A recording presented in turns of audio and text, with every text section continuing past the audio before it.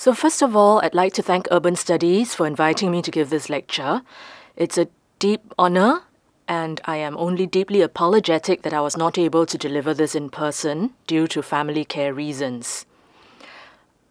Before I begin, I'd like to acknowledge that the ideas in this presentation draw from collaborative work with Orlando Woods, who is a colleague at the Singapore Management University. The title of my talk is The Ideological Alignment of Smart Urbanism in Singapore, Critical Reflections on a Political Paradox. Over the past 5 years, urban planners around the world have become more vocal in their advocacy for and uptake of smart technologies. Consequently, scholars have begun to explore the transformative potential of such a trend. The smart urbanism paradigm presents the latest incarnation in the history of urban imaginaries and has been embraced as a panacea for urban environments around the world. The smart prefix suggests a utopic antidote to the oft dystopic urban form. Smart urbanism has accordingly been described as a techno-utopia, a seductive and normative vision of the future, a silver bullet for urban problems, and so forth. In its more applied form, smart urbanism is simply an urban response to the explosive growth in the production and potential of data brought about by the permeation of digital technologies throughout the world. So the promises of smart urbanism are tremendous. We are told that it has the potential to make processes of economic growth and the management of public services and resources more efficient, productive, and sustainable. But such promises currently lack full validation in the real world, and so have been interpreted as more a marketing label than a fully realized opportunity. Indeed, the most critical of scholars criticize it for being a hollow urban imaginary in search of meaning. The problem, therefore, is that much of the discourse is based on abstraction.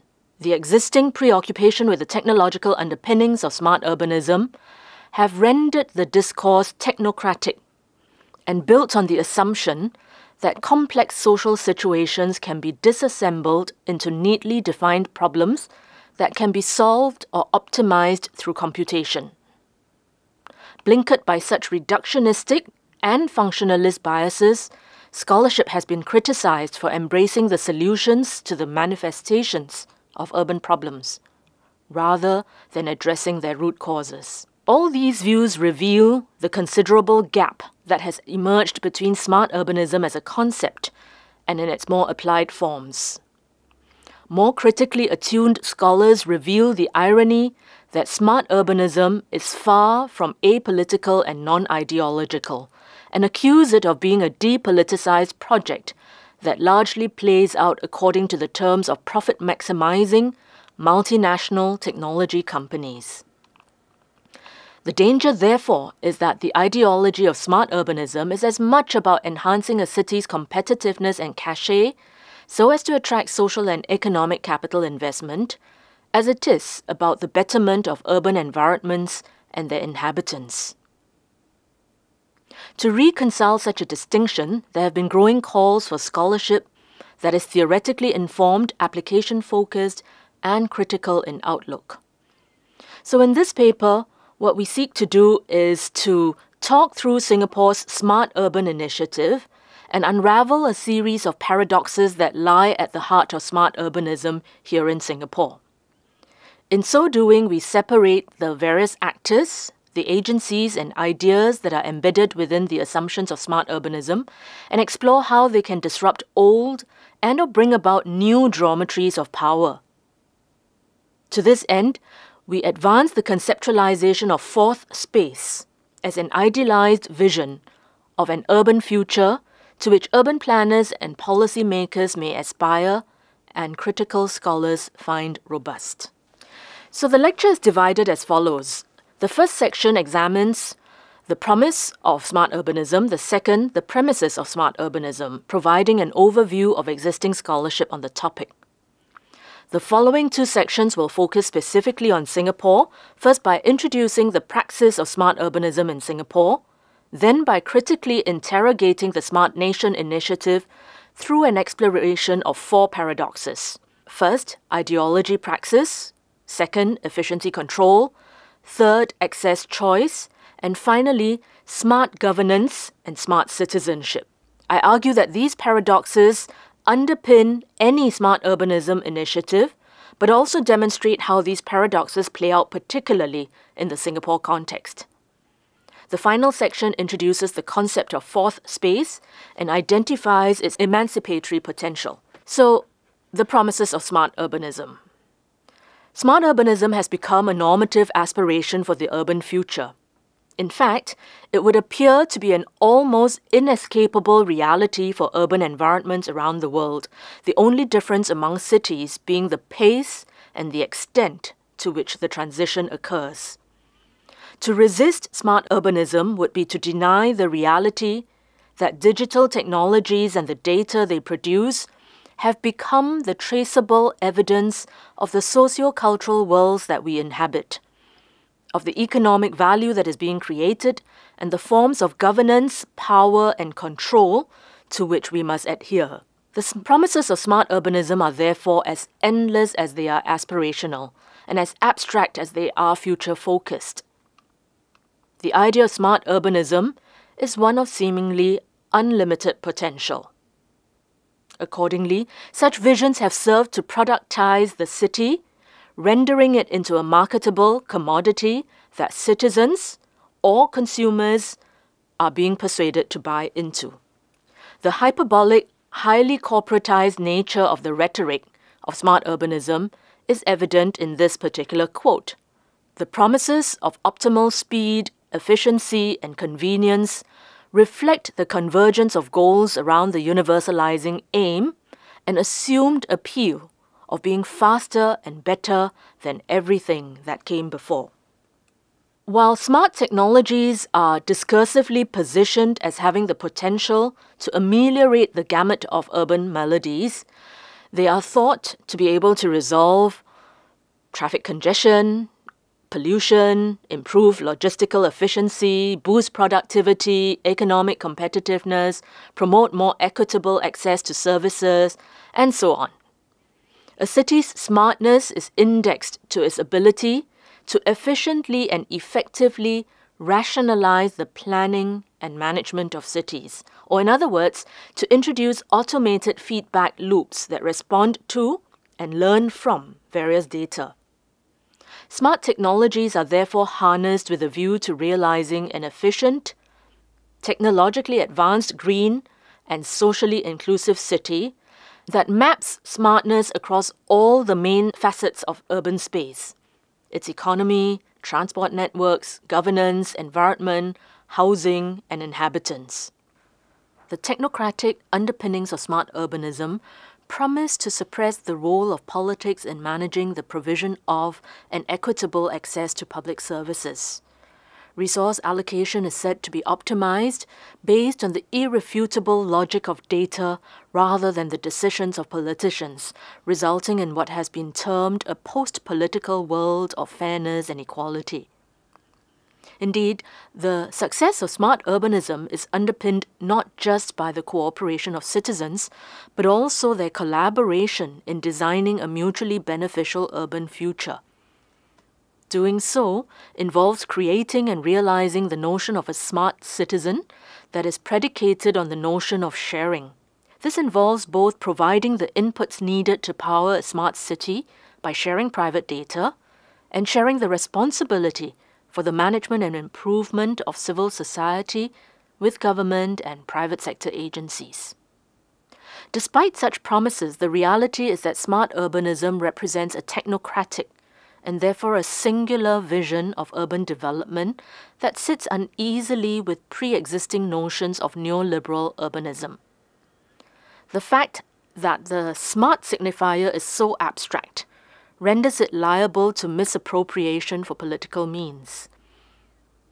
The fact is that it is basically an evocative slogan lacking a well-defined conceptual core means that proponents of the smart city are allowed to use the term in ways that support their own agendas.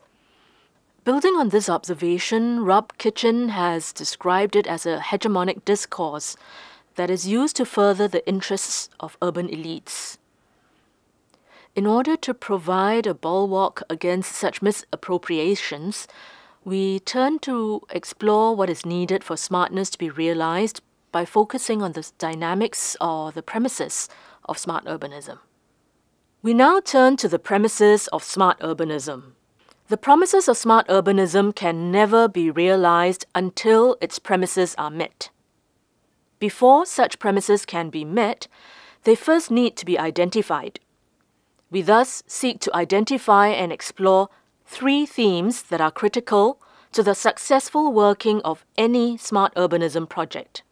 First, data-driven feedback loops. Second, effective public-private partnerships. And thirdly, integrating urbanisms of the past, present, and future. By examining each of these in turn, we identify some of the key factors that need to be taken into consideration when it comes to the praxis of smart urbanism. So first, data-driven feedback loops. If technology is the infrastructure that forms the backbone of smart urbanism, then data are the oxygen that brings the body, the smart city, to life. The success of any smart solution is predicated on the effective monitoring, management, and regulation of what is happening within a city, and associated questions of when, why, and where it is happening. It is also about an associated response based on desired outcomes and past learnings. This requires real-time, automated feedback loops based on digital data sources. Accordingly, data are the everywhere as in W-A-R-E, as distinct from hardware and software, that makes a city knowable and controllable in new, more fine-grained, dynamic and interconnected ways. Building on the principles of machine learning, predictive algorithms are being heralded by some as a means to bring about forms of anticipatory governance that have the potential to resolve urban problems even before they arise. Whilst data are often assumed to be neutral, they can also be manipulated and designed to achieve strategic outcomes. There has indeed been growing concern about how data is conceived, collected and legitimized for use in urban politics and policy making. An enduring problem is that data can obscure as much as they can illuminate.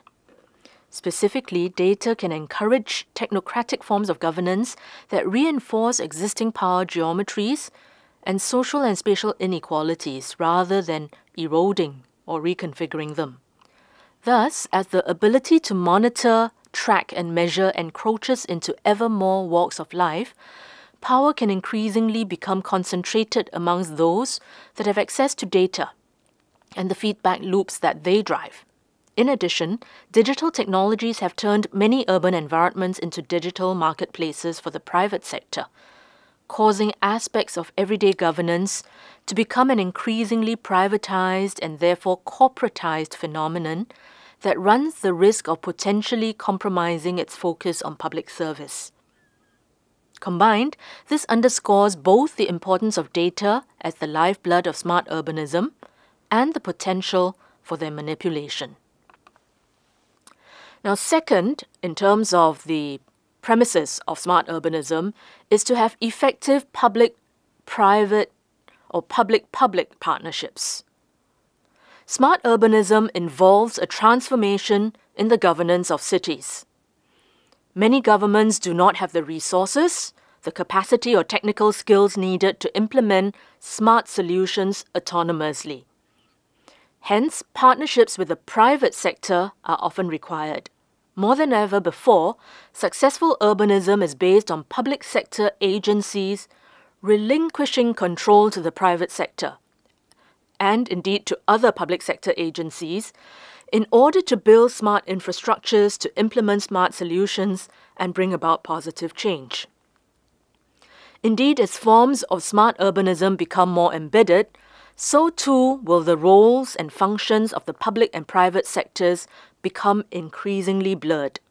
This has created a new set of policy and privacy-related challenges, such as who has access to and use of private data, data security, and the normalization of surveillance that the Academy is yet to fully grasp. For smart urbanism to be successful, a second premise relating to governance must also be fulfilled. This is the alignment and cooperation of different stakeholders. Such alignment is complicated by the mismatch in the scales of operations, local versus global, the stakeholders involved, citizens versus shareholders, and the overarching remits, governance versus profit, of the public and private sectors.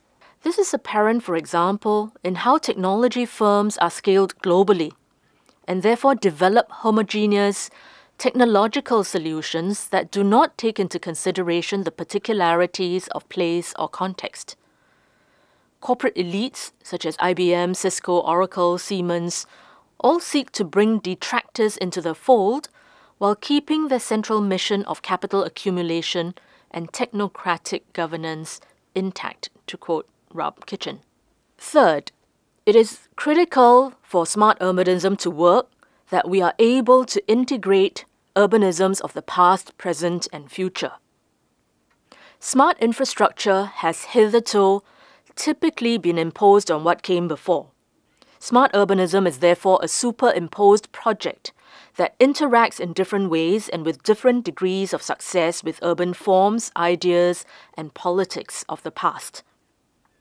As a result, smart city interventions are always the outcomes of and awkwardly integrated into existing social and spatial constellations or urban governance and the built environment. This leads to socio-spatial variability in the spread and penetration of urban smartness. Around the world, living laboratories have been built from scratch to develop, test, and refine the technologies needed to realize smart forms of urbanism. Developments like Songdo in South Korea, Mazda in the UAE, and Planet Valley in Portugal provide idealized visions of possible futures, and they are supposed to avoid the messy realities of established cities. The exceptional circumstances surrounding these developments has resulted in closer interrogation of the disconnect between such visionary projects and the realities of urban environments.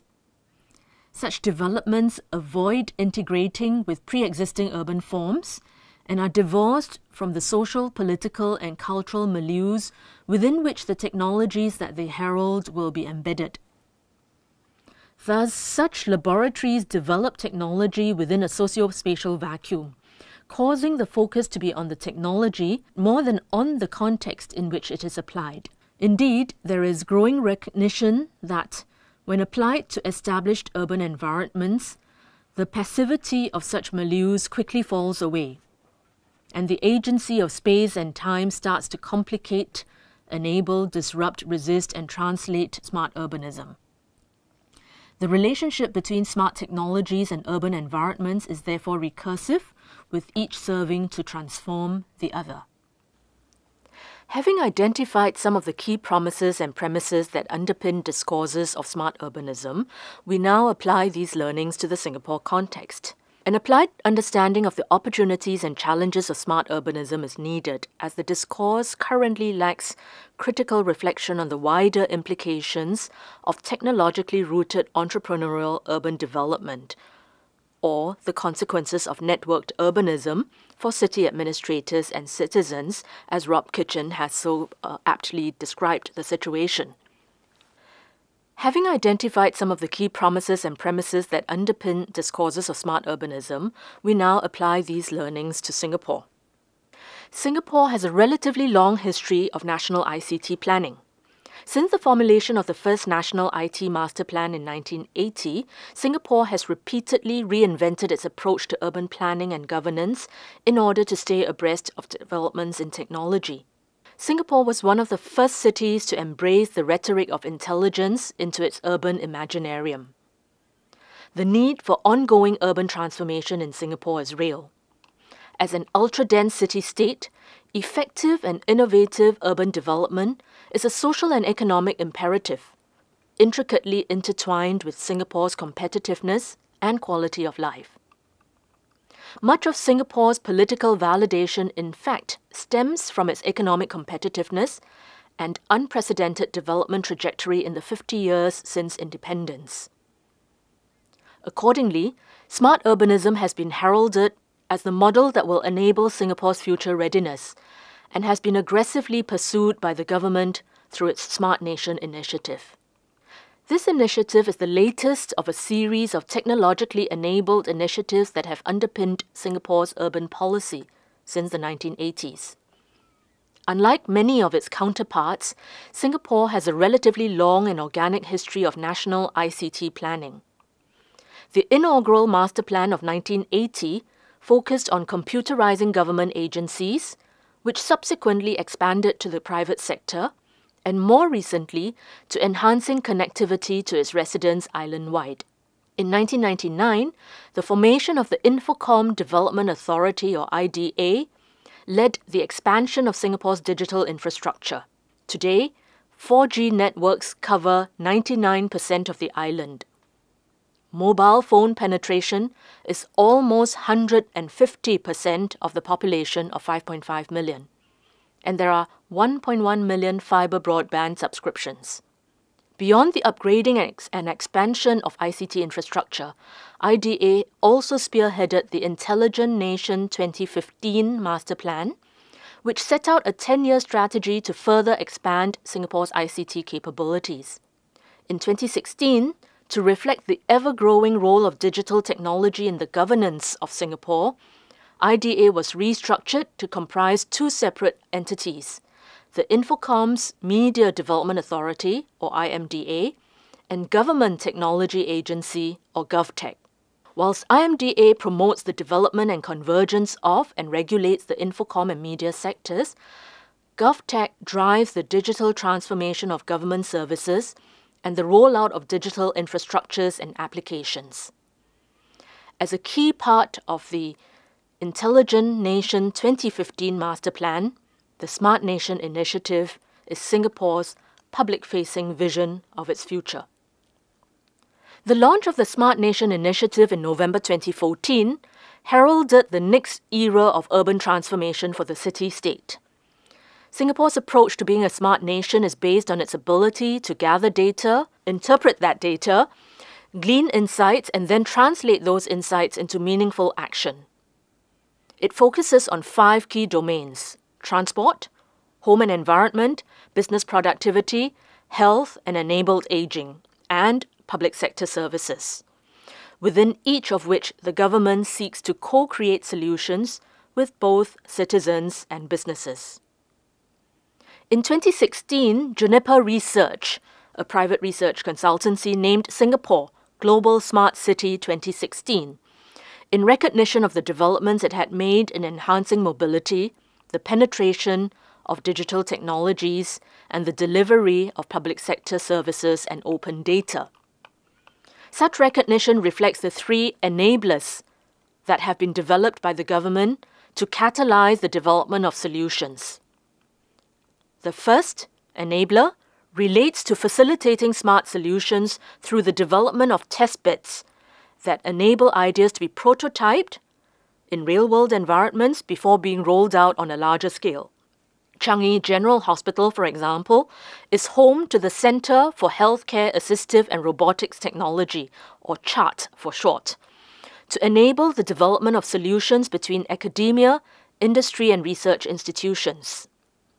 Another example is a smart township called Jurong Lake District, which has been developed in the western part of Singapore by the Housing Development Board to serve as a testbed for smart applications in the home that will eventually be implemented island-wide. Jurong Lake District also has other dimensions of smartness beyond the home in the planning, in the transport, and so forth. The second enabler relates to the nurturing of a culture of experimentation and sustaining of innovation. This is done in 5 ways. First, allowing open data and connectivity. 2, investment in research and development. 3, providing living laboratories. 4. Providing industry and startup ecosystems. And 5. Paying attention to cybersecurity and data privacy. Open data, the first of these 5 ways of nurturing a culture of experimentation, has been enabled through the Smart Nation sensor platform, which involved the installation of 1,000 sensors throughout the island in late 2014 to gather data pertaining to air quality, water levels, and public safety, and the formation of Data Spark. Now, what is Data Spark? It is a collaboration between Singapore's largest and state-owned telco, Singtel, to collect, analyze, and model big data relating to tourism, retail marketing, public transportation, and so forth. Like the developments of test beds in the Changi General Hospital and Jurong Lake District, which I mentioned earlier, the idea of a living laboratory has seen parts of the island become spaces for the incubation of new technological prototypes. As one example, a space close to the National University of Singapore called One North is a business park for R&D into biomedical and infocom technologies. Now, this has become a test site for self-driving vehicles and other mobility concepts. Finally, the third enabler relates to the building of computational capabilities amongst the general population. This ranges from the IMDA's Playmaker program, which exposes young children to technology, to the Code at SG movement, which involves teaching school children coding skills. And there are also ICT skills upgrading programs, such as what is called Skills Future, that are designed for the workforce to upskill and reskill. Combined, these initiatives aim to provide a holistic framework to maximize the effectiveness and inclusiveness of the Smart Nation initiative. Now, I also talked about collaborations. As the examples of Data Spark and Jurong Lake District suggest, the Smart Nation initiative is being brought into fruition through collaborations with various third-party agencies. In spearheading the Smart Urban Habitat aspect of the Smart Nation initiative, the Housing and Development Board is partnering with engineering firms AECOM, Arup, and Samsung to develop a digital master plan and smart hub, which is a repository for data and analytics regarding Singapore's residential environment. Tertiary education institutions are also playing a prominent role in incubating various Smart Nation initiatives. Specifically, the National University of Singapore established a Smart Nation research cluster in 2016 to develop new capabilities in data science, analytics, and cybersecurity. Likewise, my own university, Singapore Management University, has partnered with Tata Consultancy Services to create what we call an iCity Lab that focuses on developing IT solutions to enable more efficient private and public sector management. A landmark project of iCity Lab is called Shine Seniors, which is developing a range of senior-specific home-based technology solutions, notably movement tracking sensors, panic buttons, and sensor-activated medicine boxes to facilitate aging in place. Complementing these strategic research thrusts, SMU recently launched a new undergraduate major in Smart City Management and Technology to help train the next generation of urban leaders. Whilst many of the projects associated with the Smart Nation initiative are still at the planning, development, or trial stages, their growing presence in local media and public discourse has already started to reveal some of the challenges associated with their application. The next section highlights a series of paradoxes that are at play in Singapore, but which apply to projects of smart urbanism more generally. Projects of smart urbanism, no matter where they are implemented or how aligned their stakeholders are plagued by paradoxes. As alluded to already, these often stem from the inherent tension between smart and urbanism, or between something abstract and something real, between technology and society, between global capital and local citizens, between top-down development and bottom-up participation. That said, given the widespread uptake of models of smart urbanism, coupled with the potential of such technologies to bring about genuine forms of betterment, it is apparent that there are few foreseeable, more compelling, less challenging alternatives to a smart future, whatever form it may take. Accordingly, it is imperative to acknowledge the paradoxes with a view to working through them.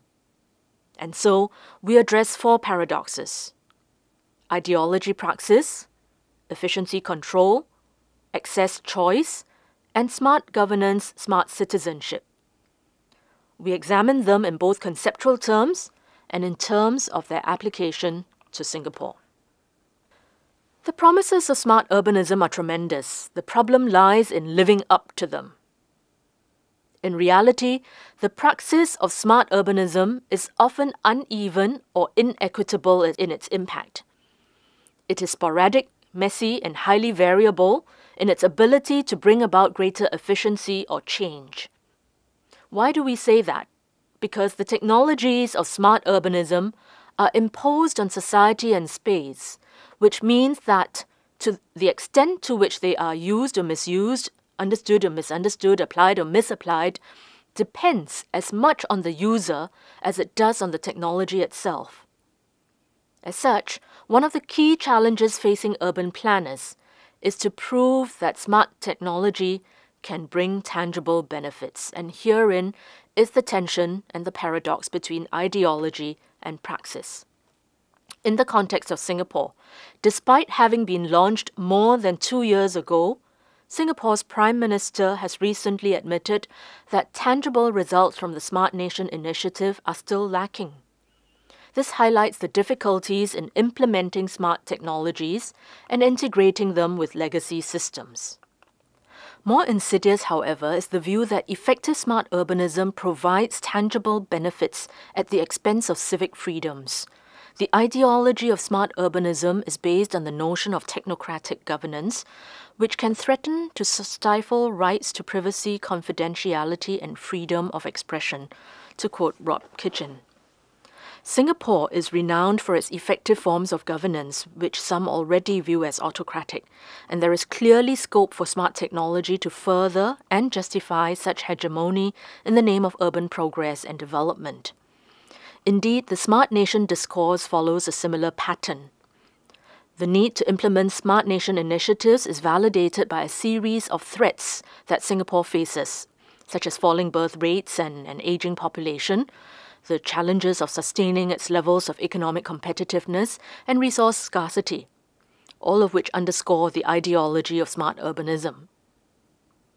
Smart infrastructures will lead to greater automation and therefore less reliance on a declining and increasingly aging workforce. They will also spearhead economic development by growing the emerging digital economy associated with fintech, health tech, and media production, for example. And they will also enable greater resource efficiency. These threats underpin the emotive nature of the discourse and the need for it to be a success. Second, the paradox of efficiency and control. Smart cities are controlled cities. They are disciplined and efficient. Efficiencies can help to save time and resources, with some solutions, such as e-payments, empowering consumers to be more autonomous and less reliant on physical infrastructures, such as the bank branch. Embedding technologies within urban infrastructures also enables the city to be monitored, managed, and regulated in real time, and therefore to be controlled. Thus, whilst a smart city helps to control the provision of services, by extension, it also involves control over the populace. This brings about what Hatuka and Tok term asymmetrical visibility, whereby data is collected, stored, analyzed, and interpreted as a form of public right rather than personal freedom. In itself, this reflects the imbalance between owners and managers of digital infrastructures and their users. Such an imbalance has been criticized for concealing the growing securitization of urban environments through the ongoing collection and monitoring of data, or dataveillance. In Singapore, elderly citizens have already been shown to resist smart technology in the home, despite having the potential to use a more cost-efficient form of elder care. The work that my colleague Orlando and I have been doing as part of the Shine Seniors project is precisely the ethnographic work that accompanies the technological work that my colleagues in computing are undertaking. A smart home trial conducted in Yuhua, an HDB estate in the Jurong Lake district, has involved the installation of sensors on doors to monitor the activity, or actually the inactivity, of elderly residents. What we found in our work is that many of those involved in the trial disliked being misrepresented as vulnerable and useless, and they resisted the loss of privacy associated with surveillance. In response, some resorted to covering the sensors with towels. Moreover, in-progress research amongst the elderly trialists of the Shine Seniors project introduced earlier suggests that smart elder care can evoke a range of responses, from greater confidence and safety to apathy, ridicule, and fear. Technology is often perceived to be, and sometimes truly it is, anathema to the elderly. And our preliminary interview findings suggest that smart elder care still struggles to bring about the positive change to their lives. Just as some examples, panic buttons which are meant to be pressed during emergencies are very often kept out of the way because they're concerned that they might accidentally press those buttons. And this means that at times when they are truly required, such as after a fall, they are not easily accessible. This nullifies their use, causing trialists to respond to falls as they normally would, by using their phones to call for help, or actually, more often, to just shout until they are heard by neighbours. Conversely, the social workers receiving notifications about the activation of a panic button or periods of inactivity picked up by the in-home sensors recalled the stresses of always having to be on call, always having to be responsive to the data being relayed to them, even during their time off. These reactions raise questions that go beyond the utility of technologies, smart though they may be. They concern the very assumptions that underpin smart urbanism. On the one hand, smart urbanism involves the active and compliant participation of citizens. On the other, failure or a lack of willingness to participate can bring about new forms of marginalization and, indeed, exclusion. We now turn to the third paradox: access and choice. Smart urbanism only works if its key beneficiaries, the inhabitants of the city, choose to engage with the enablers of a smart lifestyle. Such engagement ranges from the general, such as being open to change, to the more specific, such as being willing to surrender private data and to adopt new habits of living. Indeed, whilst technology has been eulogized as a kind of equalizer, if not a great leveler of our times, its empowering potential is predicated on digital access, ownership, and literacy, with there being little room for the technologically illiterate. Thus, whilst access is the prerogative of governments to make digital technologies, in terms of hardware and software, available to all, it is the choice of the individual how much they engage with the technologies. An effective smart city is predicated on widespread access and high degrees of engagement. However, this is often not the case. In the context of Singapore, there have been various attempts to increase access and promote engagement. These range from supportive measures, such as the upskilling and reskilling of workers. So far, these initiatives have actually been criticized for the lack of demonstrable impact.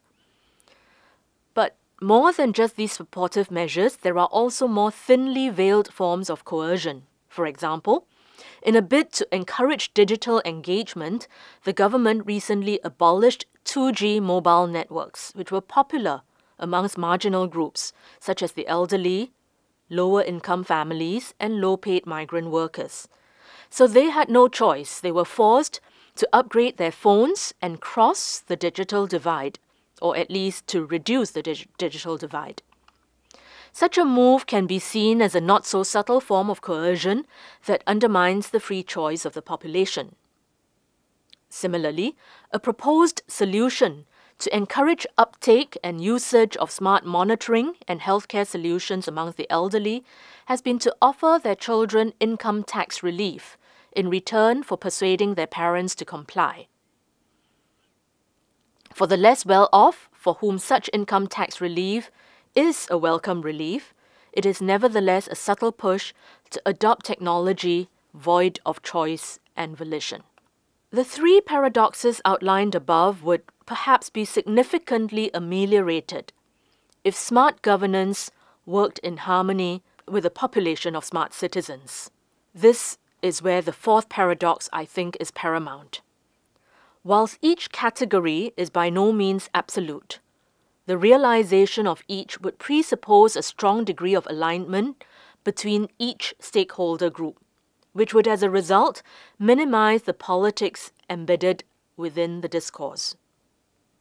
The fact that nowhere in the world is either category fully or even partially realized underscores the importance of this final paradox and the long and transformative shift in mindsets and lifestyles that is needed to bring about its resolution. Indeed, it has been suggested that in a smart environment, power no longer resides in the modern institutions of representative democracy and the market economy. Instead, power has become a matter of logistics, infrastructures, and expertise. The destabilization of traditional structures of power and governance by media organizations like WikiLeaks and hacking collectives like Anonymous reveals how power is increasingly being transferred to those with the ability to access, exploit, and disseminate data for their own purposes.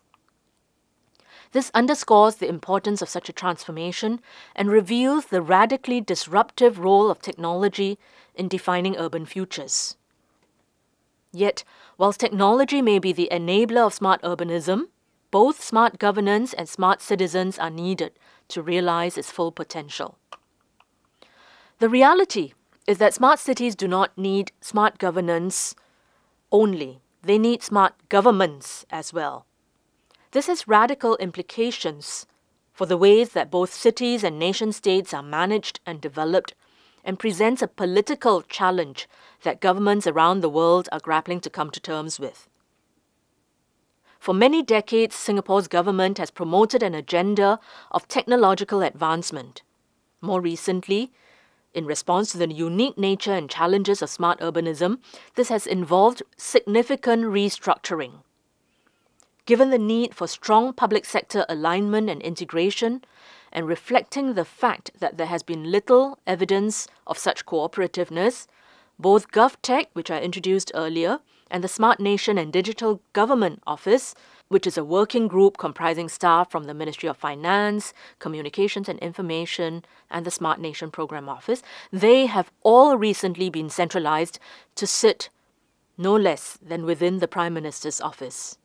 In doing so, the aim is to speed up Singapore's digital transformation by creating a government structure that is more aligned with the demands of a smart nation, and perhaps more importantly, to drive not just the development but also the implementation and uptake of smart technologies effectively. A smart city also needs to be enlivened and enacted by smart citizens, a new and unique type of citizenship that is constructed and imposed from above. Smart citizens need to be trained in digital technologies, they need to be upskilled to work in digitally enabled companies and organizations, and perhaps most critically, they need to see the value of doing so. Whilst early adopters of technology and digital natives will be ahead of the curve, marginal groups like the elderly or socioeconomically marginalized will be behind. creating new forms of social division and inequality. In this vein, smart citizenship has been treated as an outcome of smart governance, but it is also an inherently problematic category for governments. On the one hand, while citizenship is inclusive, smartness is potentially or even inherently divisive, meaning the category has the potential to create social division as much as it can overcome them. Specifically, those who fall outside, whether by choice or by circumstance, of the competencies and characteristics of a smart citizen are by definition dumb and unintelligent, non-conversant and incomprehensible to the network. This can have potentially severe ramifications for socio-spatial integration and a sense of national belonging. On the other hand, smart citizens are by definition emancipated citizens that can and should have the power to influence urban strategies and political outcomes. Smart citizens have the potential to exist on terms of relative parity with smart governments. Power becomes devolved from governments to systems, and as such, governance becomes more participatory. Whilst Singapore proclaims that the smart city is not just for citizens, it is also created by citizens, and while Singapore recognizes that empowerment is key and that too much top-down control will kill the spirit of innovation that is central to a smart nation, the extent to which the government is willing to relinquish power by enabling access to data that could potentially be sensitive remains to be seen. More than that, however, is the assumed willingness of citizens to participate in the socio-technical upgrading that comes with smart citizenship. Our research amongst the trialists of the Shine Seniors project that I mentioned earlier has started to show that the elderly value the human interaction that comes with the technology. In other words, the installation and upgrading of the sensors means that technicians come and visit and can interact and talk with the elderly. The in-home check-ins among social workers involved in the project are what they look forward to, and the interactions indeed with SMU staff. So, more than the technology and the benefits that the technology can bring, the trialists, the elderly people involved in the Shine Seniors project, actually look forward to having the technology because of the human interaction that it brings. Similarly, the recent phasing out of 2G networks in Singapore has necessitated the upgrading of mobile handsets amongst the elderly, with many now owning smartphones but using them in what we might call the dumb way. In other words, they are only making and receiving phone calls and not using any of the other functions of the smartphone. Amongst the elderly, therefore, participation in projects of smart urbanism may be less about realizing the functional benefits of technology and more about trying to maximize, or at least not to lose, the emotional benefits of human interaction. Whilst smart urbanism remains mired in the politics of paradox, the discourse continues to advance towards an idealized vision of the urban future. Such a vision is richer than the marketing rhetoric articulated in the promises of smart urbanism and reflects new ways of imagining, organizing, and managing the city and its flows. This vision finds meaning in the heuristic of fourth space, digitally enabled urban spaces that are co-created by governments, citizens, and the private sector, that are built on an expanded and diffused notion of civic responsibility. An extension of Soja's notion of third space, fourth space recognizes the significant destabilization and reconfigurations of power brought about by digital technology. As smartness becomes more entrenched in urban environments, we expect the role of fourth space as a discursive lens to adapt as well. Specifically, until the various players that are implicated in smart urban ecosystems are ready to fulfill their respective roles, the ideal of fourth space serves to reproduce the tensions that we've outlined earlier. It reflects back the teething problems that come with learning, growth, and transformation. However, once a certain standard of smart urbanism has been achieved, fourth space shifts from being a mirror that reflects faults and problems to one that enables radically different and emancipatory urban futures. So now we turn to our final section that focuses on fourth space. We present the framework of our idea fourth space, which can be used to imagine and define the new spatial imagination brought to fruition through smart urbanism. Whilst existing interpretations of fourth space have associated it with a more effective and embodied experience of urban environments, or with a repeal of the liberation of third space and associated degeneration to violence, our framework of fourth space focuses on the emancipatory power that comes with digital transformation and the subsequent decolonization of the city through processes of digital transformation. Such a framework is important as it recognizes that the ways in which different stakeholders engage with the city are changing, and that such changes are bringing about new spatial forms and imaginations, and creating new opportunities for decolonized forms of knowledge production. Importantly, the framework also helps to reveal how smart urbanism can lead to a recolonization of the city by creating new possibilities for control, the discipline of both self and other, post-human agency and power that is exerted subtly through distributed protocols that define and regulate access to resources and spaces that reshape behavior. As such, it can be used to help anticipate and manage the process of transformation brought about by smart urbanism, and to bring about a level of ideological alignment amongst its constituent stakeholders. In what follows, we identify and explicate three defining pillars of fourth space: digital space, data and power, and participatory governance. So first, digital space. Fourth space provides a framework to understand the role of digital technologies in shaping and mediating the experience of space and spatiality, and in turn, how such technologies come to enact progressively routine orderings of quotidian interaction, spatial configurations, and flows.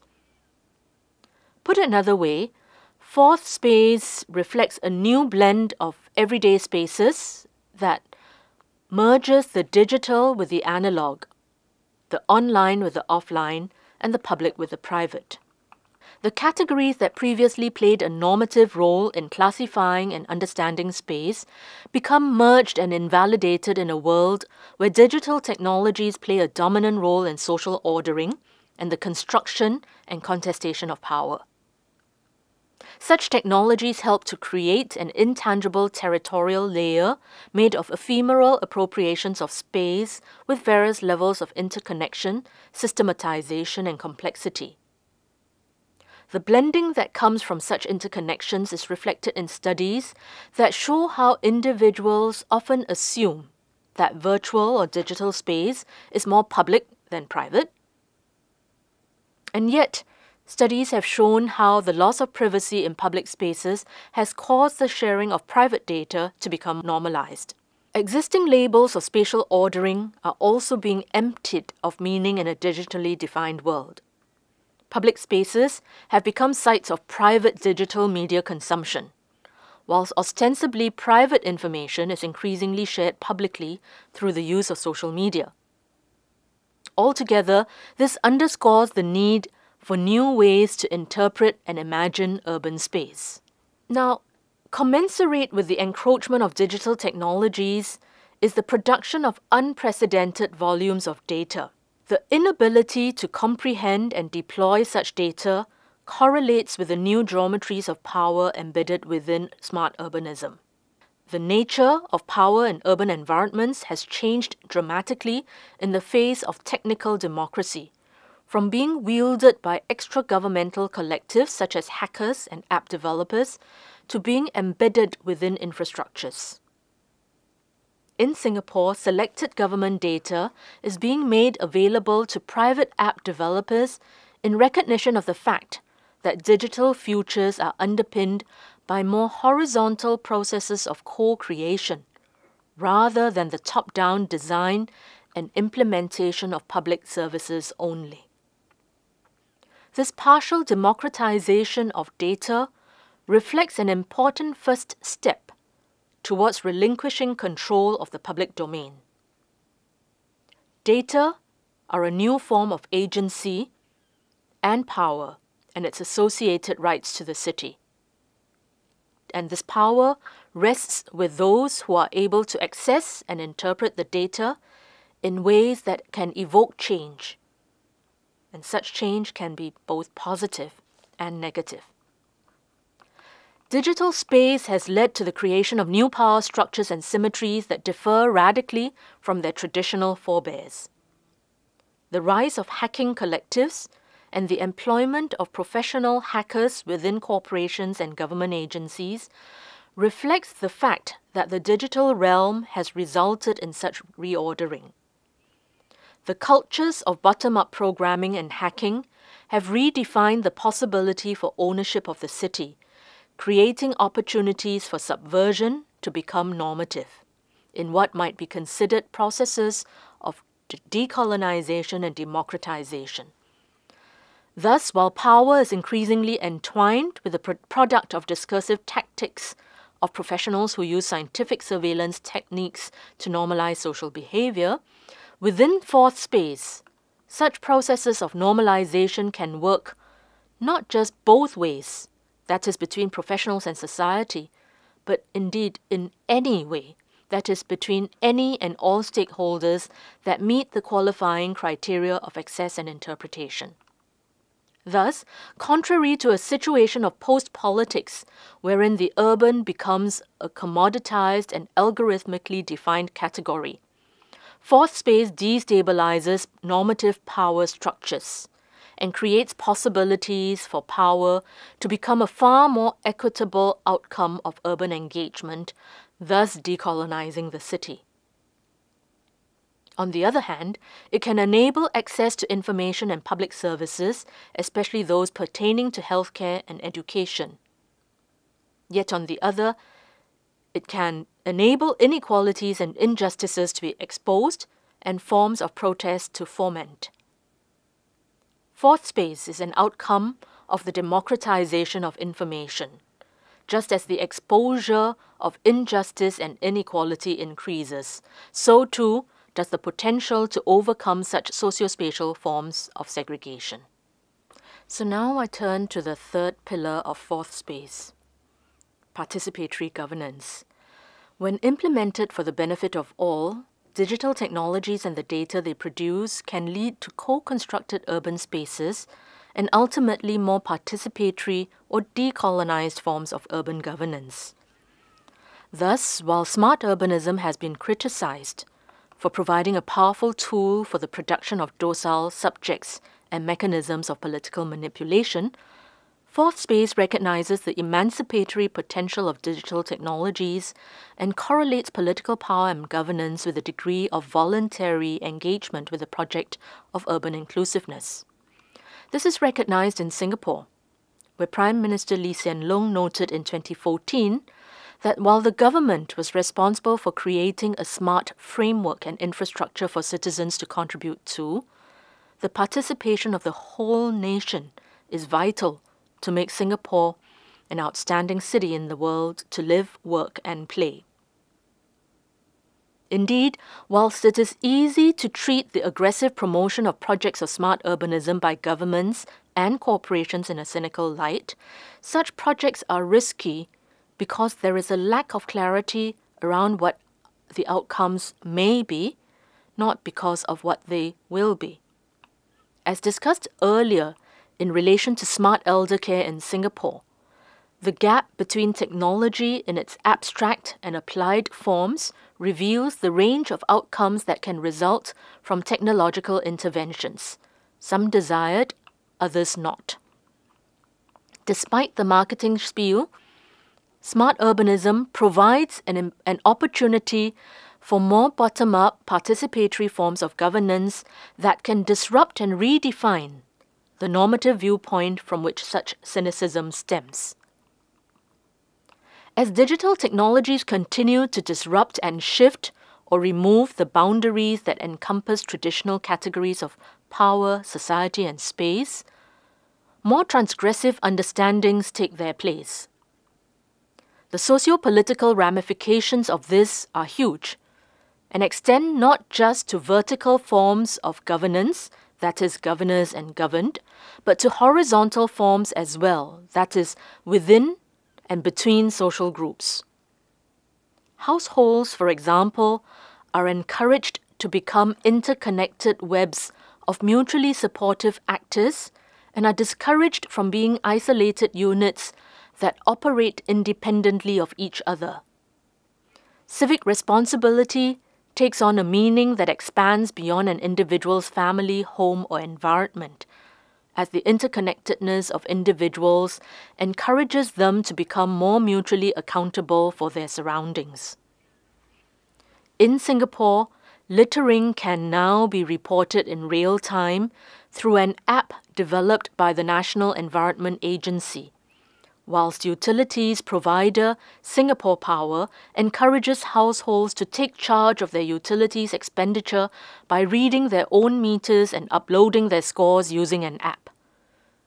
Importantly, to prevent further marginalization of communities that exist mostly out of the digital fold, recognition is needed of the different and variable roles that different social segments can play in order to bring about an inclusivist form of participatory governance.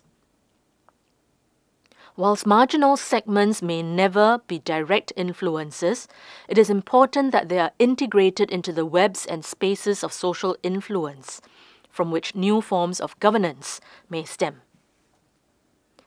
This can be done by first identifying who they are, that is, a form of smart citizen segmentation, and then actively removing the barriers to accessing and using technology in order to demonstrate its potential to complement existing lifestyle.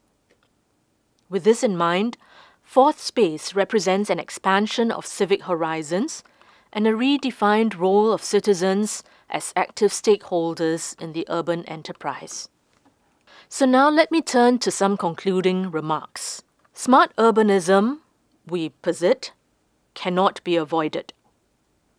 In its abstract form, it is a discursive construct that will morph over time and space. In its applied form, it is an urban response to the digital era. Paradoxically, however, whilst the applied form is what makes smart urbanism so potentially transformational, scholarship has so far focused primarily on the theoretical.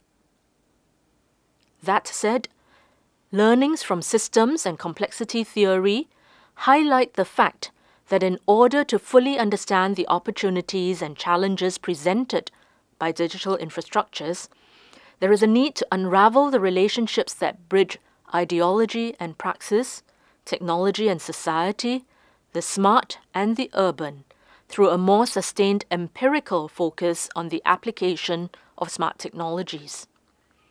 Without descent to case study, there can be no grounded assent to theory. At the same time, as much as research needs to focus on grounding the discourse in specific case studies and geographies, it also needs to focus on key thematic areas, such as housing, the elderly, resource management, transportation, the innovation economy, and so on. Doing so will enable a more ordered, systematic, and in-depth exploration of the phenomenon of smart urbanism. The Singapore government's approach to focusing on 5 areas, transport, home and environment, business productivity, health and enabled aging, and public sector services, offers a test bed for systematic and sustained analysis in a single city of the application of smart technologies. At present, we face a brave new urban world of unrealized potential. City-states like Singapore are well positioned to be the flag bearers for smart urbanism, as failure is not an option when a whole country's future growth and stability is invested in the project of digital transformation. Urban planners and policymakers in Singapore and beyond are coming to terms with the challenge of translating the attractive but elusive imaginaries of smart city discourse into tangible intervention. The sooner this happens, the better. Until it does, the potential of smart urbanism to bring about lasting forms of betterment will remain unclear and contested. The Academy has an important role to play in managing such processes of translation by providing technical expertise and theoretically informed, well-balanced perspectives on how digital technologies can be used to chart an equitable urban future for all. Thank you.